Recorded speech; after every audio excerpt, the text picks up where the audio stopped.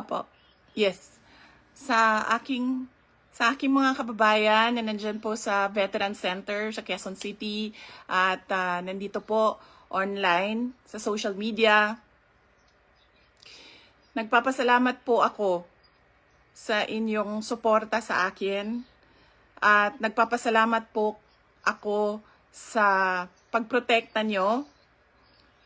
Unang-una po kay Yusek Zulaika Lopez at sa lahat po ng mga personnel ng Office of the Vice President. Lalong-lalo na po bukas dahil meron na naman pong hearing doon sa House of Representatives na ang Committee on Good Governance.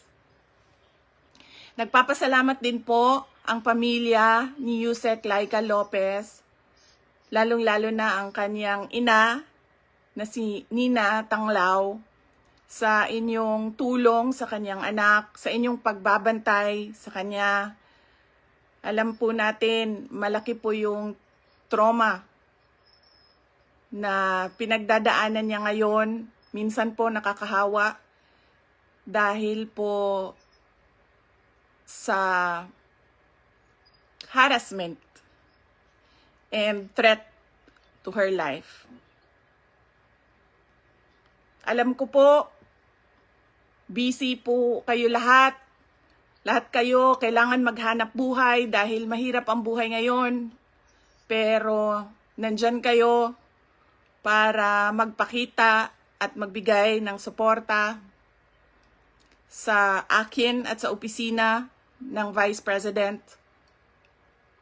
Gusto ko lang ipaalala sa ating mga kababayan na ayaw natin ng kaguluhan, na tayo ay may karapatan sa peaceful assembly at tayo ay may karapatan na magsalita kung ano yung nararamdaman natin at gusto nating makita mula sa ating gobyerno. Ang gusto natin makita ay genuine public service. Kung maalala nyo po, hindi ako sumama o sumali kahit sa anumang panawagan ng pagtanggal sa Pangulong Marcos sa kanyang pwesto. Bumisita ako sa rally ng Kingdom of Jesus Christ sa Bonifacio noon dahil nakiramay o nagkipagsimpatiya ako sa kanilang nararamdaman at hirap na pinagdadaanan. Ang lagi kong panawagan sa taong bayan ay hingin, idemanda sa gobyerno na ibigay nila ang serbisyo na karapat-dapat para sa mga Pilipino. Simulan na natin sa mga campaign promises. Dapat po, pag ang politiko ay nag-promise na magbibigay ng 20 pesos per kilo na bigas, dapat ay tinutupad yon dahil binoto ka ng mga tao base sa mga sinabi mo, base sa mga kampanya mo. Kaya dapat binibigay yan lahat. Kung ano man ang sinabi ng isang tao, ng isang politiko, ng isang kandidato sa entablado, dapat nakikita yan ng taong bayan. At higit pa, dapat ang nakikita natin. Hindi tayo dapat naghihirap, hindi tayo dapat pinapahirapan, kundi dapat nagpapakitang gilas ang ating gobyerno na sila ang pinakamagaling pagdating sa hustisya at karapatan ng mga mamamayan at kabutihan, kaunlaran at peace, kalinaw, kapayapaan sa bayan. Ulitin ko, dapat hinihingi natin sa ating pamahalaan ang karapat-dapat para sa isang maunlad at mapayapang lipunan. Mga kababayan, nararamdaman ko kung ano yung matagal nyo nang nararamdaman. Sinubukan ko na magtrabaho ng maayos sa Department of Education dahil yun naman ang aking pangako sa inyo. Ginamit ko ang pangalan ko, Sara Duterte, Inday Sara Duterte. Sabi ko sa inyo, trabaho, edukasyon, mapayapang pamumuhay. Pero anong nangyari? Binastos ang budget, ang Department of Education. Hindi ko na kailangan magbigay ng ebidensya. Nakikita nyo sa General Appropriations Act, simula sa NEP, papunta sa GAB, papunta sa BICAM, papunta sa batas.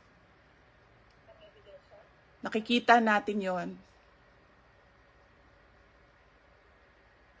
Dapat hinihingi natin na matino ang mga namumuno sa atin. Sinabi nila, ako daw ay krung-krung. Ako daw ay baliw. Ako daw ay wala sa tamang pag-iisip. Ano bang sabi ko sa inyong lahat? Psychological test, kahit ano yan, neuropsychiatric test, kahit anong pang test yan. Gagawin ko yan. Dagdagan ko pa ng drug test. Pero dapat magpa-drug test ang lahat ng mga nagtatrabaho sa Office of the President, sa Office of the Vice President, sa lahat ng opisina ng Senado, sa lahat ng opisina ng House of Representatives, sa lahat ng departamento ng ating bayan, ng ating pamahalaan. 'Di ba? Ano pang test ang gusto niyong idagdag ko? Wala na kayong mapuna sa akin. Pinagtatakpan ninyo ang mga kakulangan ng pamahalaan. Ako ang ginagawa ninyong punching bag para hindi napapansin, nakikita, naririnig ng mga tao ang kalokohan, ang korupsyon, at ang katiwalian na ginagawa sa gobyerno. Magpa-drug test tayong lahat sa harap ng taong bayan. Dalawa lang yan, mga kababayan. Ibigay namin ang mga pangako namin sa inyo noong nangangampanya kami. At papakita namin sa inyo na matino kami. Magpapadrug test kaming lahat. Simulan namin sa Office of the Vice President.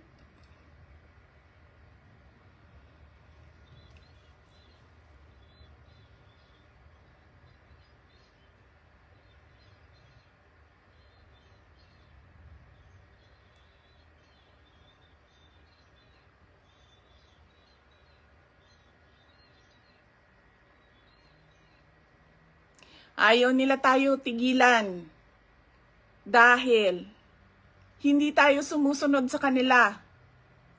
Hindi tayo nabibili ng pera.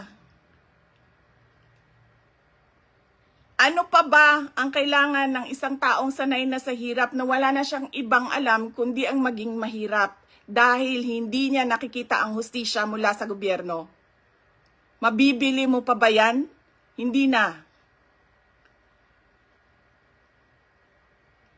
Dahil ang tao sanay sa hirap. At mali yun. Mali yun na ang taong bayan ay naghihirap.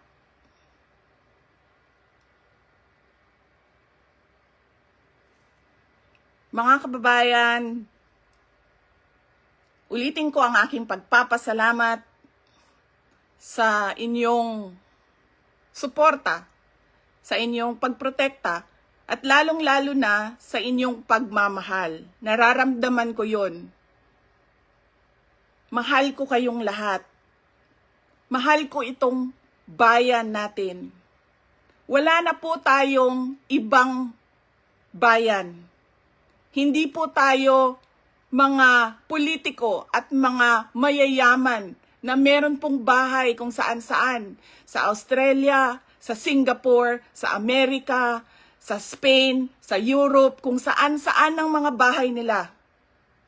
Napakadali sa kanila na talikuran ang bayan. Pero tayo, saan tayo pupunta? Sa mga probinsya lang natin. Sa Samar, sa Leyte, sa Cebu, sa Bohol, sa Siquijor, sa Negros Oriental, sa Negros Occidental, sa Panay Island, sa Mindanao, sa Luzon. Doon lang tayo makakapunta, makakauwi kung magulo ang bayan. Pero ang mga mayayaman at mga politiko, iiwanan lang tayo. Kaya mga kababayan, paniguraduhin nyo na hinihingi ninyo sa gobyerno kung ano yung karapat-dapat para sa ating lahat. Hindi lang karapat-dapat para sa mga politiko at mayayaman. Nagpapasalamat po ako at paalala po ulit sa inyong lahat, peaceful assembly sa ilalim ng freedom of speech ang ating hangad.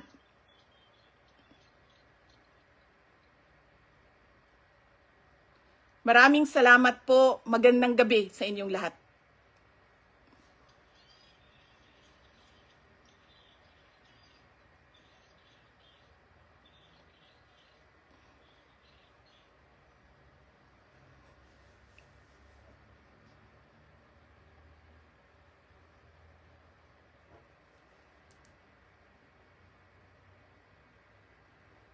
Laban.